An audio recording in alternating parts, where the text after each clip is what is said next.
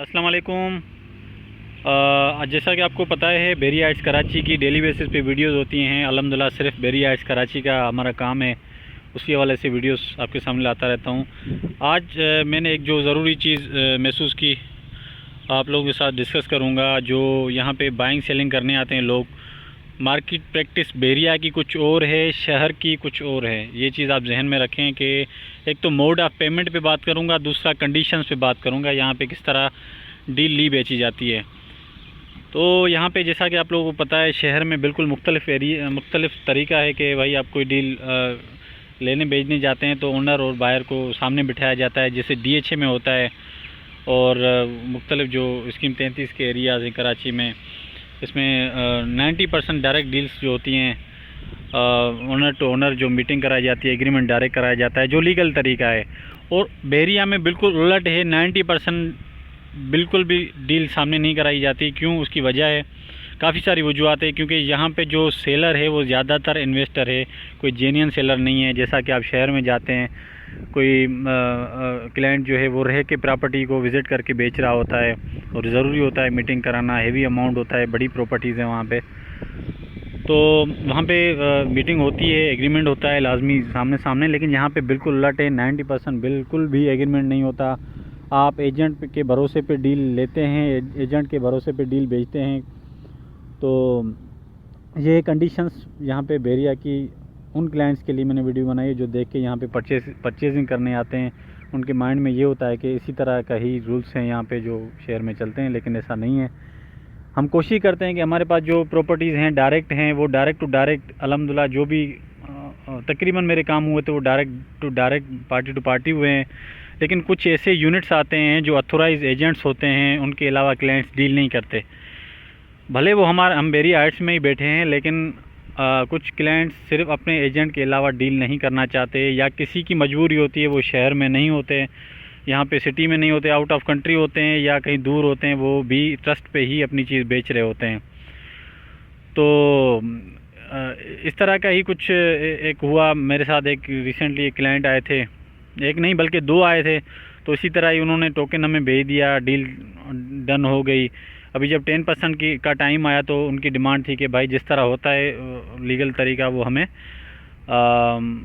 Meeting करा दें owner के साथ, और ओनर के साथ ही मैं आमने सामने एग्रीमेंट करूंगा। क्योंकि आप लोगों को पता है यहाँ पे 90% जो बायर होते हैं वो अपनी लेडीज़ के नाम पे, किसी लेडी के नाम पे कराते हैं, क्योंकि वो ज़्यादातर कोशिश करते हैं कि नॉन फाइलर पे ये अपना प्रॉपर्टी वो हो, नाम पे हो, क्योंकि टैक्स से बचा जाए। आप लोगों को पता है इस तरह ही होता है अक्सर मार्केट में।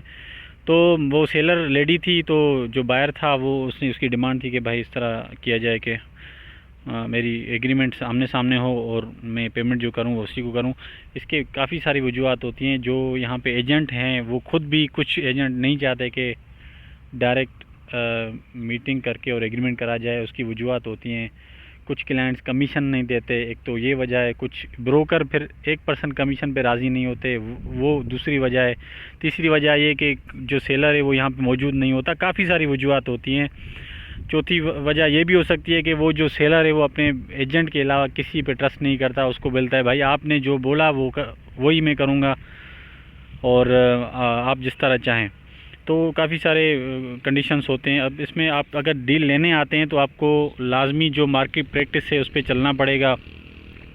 और एजेंट आपके सामने होता है, या तो एजेंट पे आप ट्रस्ट करके उसको आप एडवांस बयाना दे दें, जैसे कि उन्होंने ट्रस्ट किया हमारे ऊपर, आप उन्होंने टोकन दे दिया।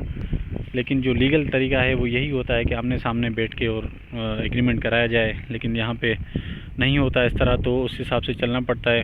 मैं उनको यही समझाऊँगा कि जो आप एडवांस दे रहे हैं 10% का मकसद ये होता है कि इनिशियल अमाउंट कम दी जाए, ताकि खुदा न खास्ता कोई इस तरह की बात हो तो आपका नुकसान कम हो सके, तो उसको रिकवर करने में भी आसानी हो। बड़ा अमाउंट आप दे देते हैं तो फंस जाते हैं, फिर उसमें मसले होते हैं। 10% का मकसद ये होता है कि कम अमाउंट। तो अगर आप देते हैं 10% किसी एजेंट को, तो उसकी आप जगह देखें, ठीक है, उसकी रेपुटेशन देखें एजेंट की, और उस पर आपको ट्रस्ट करना पड़ेगा, फिर ही आप चीज़ ले सकेंगे। एक तो ये मैंने कंडीशन मार्केट प्रैक्टिस की आपको बात की कि एजेंट से कब कोई चीज़ लेने जाते हैं तो उस पर ट्रस्ट लाजमी करना पड़ेगा। वो अपने ऑफिस की आपको रसीद दे रहा है, और फिर जो सेलर है उससे कोई कंसर्न नहीं कि आपको उसने जो डील ली है क्लाइंट से, वो हो सकता है 2 लाख कम में लिए है, हो सकता है उसका क्लाइंट उसको कमीशन नहीं दे रहा हो, या काफ़ी सारी वजह होती हैं। तो आपको कंसर्न होता है कि आपको डील कितने मिल रही है और उस पर ही आपको एग्री करना होता है। ये तो हो गई कंडीशन आपने जो परचेजिंग करनी है। अब दूसरा मोड ऑफ पेमेंट होता है। मोड ऑफ पेमेंट ऐसे भी हो सकता है कि बाज़ों का सेलर ने चीज़ आपको बेची है तो लाजमी नहीं कि वो अपने नाम पे सारा अमाउंट ले फिर जो है आपको ट्रांसफ़र दे। उसके भी या तो कैश की सूरत में आपको पेमेंट डिमांड की जाती है, या तो फिर पे ऑर्डर की सूरत में आपको डिमांड की जाती है। वो लाजमी नहीं है कि सेलर के नाम पे आपको देना पड़े, वो उसकी डिमांड होती है सेलर की कि भाई मैं किसी और के नाम पे ऑर्डर लूँगा। आपको मकसद होना चाहिए ट्रांसफ़र से, आपको ट्रांसफ़र मिलेगा तब आप मुझे पैसे देंगे, मुझे पैसे मिलेंगे जब मैं आपको ट्रांसफ़र दूंगा। ये तो 2 सूरतें हैं।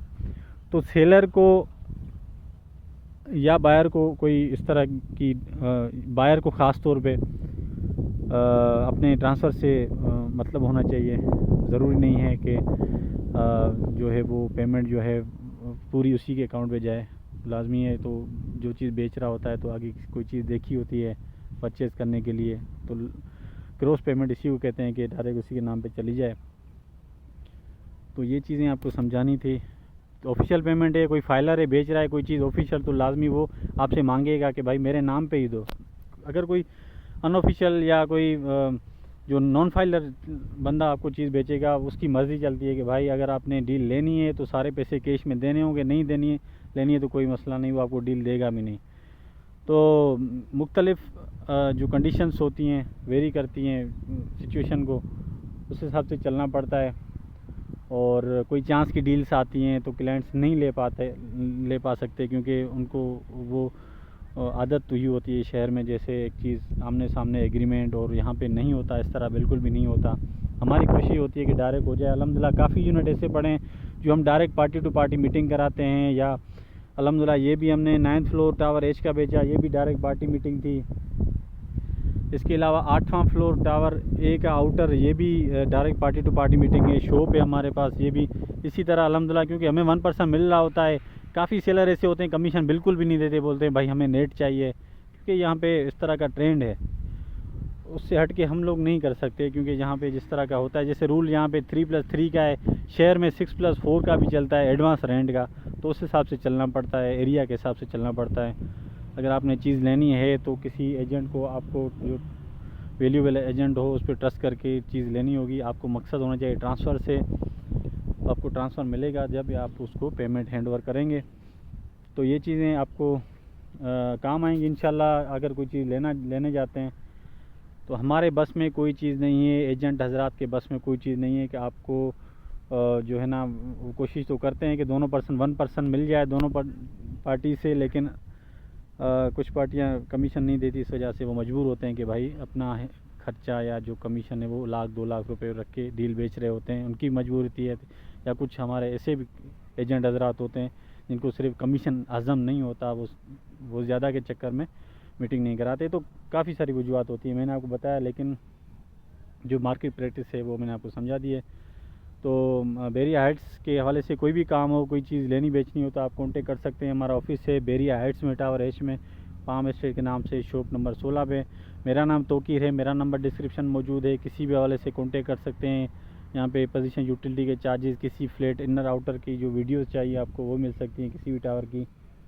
और मेरे चैनल को लाजमी सब्सक्राइब करें ताकि डेली बेसिस पे बेरिया हाइट्स कराची की आपको वीडियोज़ मौसूल होती रहें। थैंक यू, अल्लाह हाफ़िज़।